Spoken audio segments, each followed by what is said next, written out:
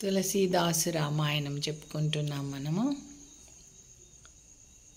తులసీదాసు గారు ముందుగా రాముని గురించి చాలా ఏం చేయాలి అని తెలియలేదు ఆయనకి. రాముని దర్శనం కావాలి, రాముని దర్శనం కావాలి అని అంటుండేవాడు.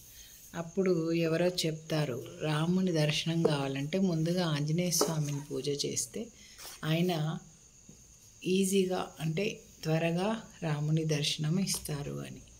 అప్పుడు రాముడు ఎలాంటి వాడో తెలుసుకుంటాడు ఆంజనేయ స్వామి దగ్గర.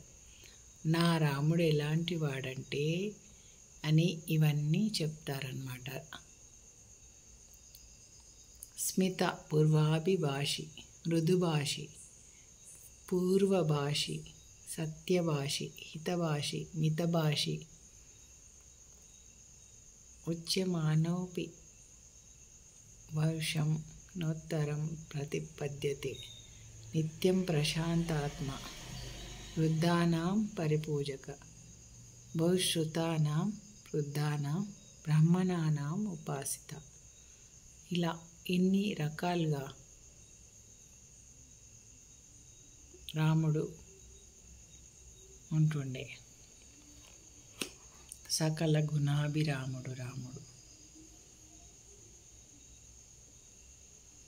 రాముడి గురించి చెప్పుకోవాల్సి వచ్చినందుకు మనము చాలా సంతోషంగా వినాలి.